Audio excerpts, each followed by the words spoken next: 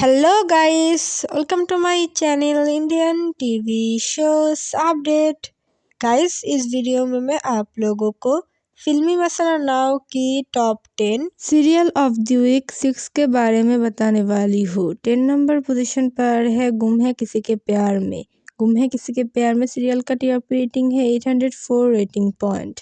9 number position पर है माटी से बाधी जोर। माटी से बाधी जोर सीरियल का टीआरपी रेटिंग है 808 रेटिंग पॉइंट। 8 नंबर पोजीशन पर है मन्नत। मन्नत सीरियल का टीआरपी रेटिंग है 812 रेटिंग पॉइंट। 7 नंबर पोजीशन पर है झनक। झनक सीरियल का टीआरपी रेटिंग है 817 रेटिंग पॉइंट। 6 नंबर पोजीशन पर है मंगल लक्ष्मी। मंगल लक्ष्मी सीरियल का टीआरपी रेटिंग है 820 रेटिंग पॉइंट। 5 नंबर पोजीशन पर है तारक मेहता का उल्टा चश्मा।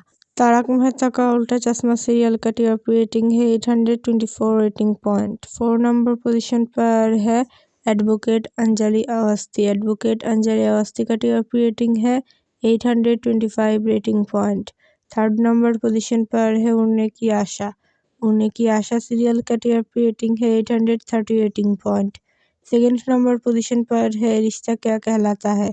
ये रिश्ता क्या कहलाता है सीरियल का टीआरपी रेटिंग है 833 रेटिंग पॉइंट। और 1st नंबर पोजीशन पर है अनुपमा।